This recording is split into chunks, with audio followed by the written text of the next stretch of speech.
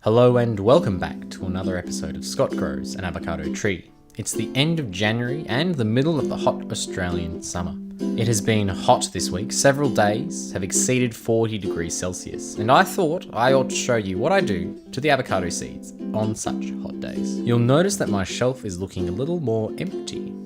Some of the seeds which are left on the ledge never germinated, and I hadn't gotten around to throwing them in the worm bin, and I haven't moved them out of the sun. And now, as you can see, they are scorched. But not our other seeds. I moved them to a spot not far from the ledge, but out of direct sun and away from the heat of the glass. Temperature inside the garage do get fairly high, but it seems that they don't get high enough to bother the avocados. Norbert is still producing roots without any sign of upward growth. You may ask, Scott, are you beginning to worry about Norbert? Yes.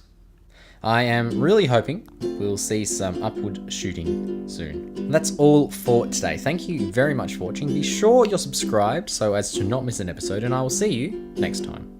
Scott grows an avocado tree. Scott grows an avocado tree. Scott grows an avocado tree. Scott grows an avocado tree.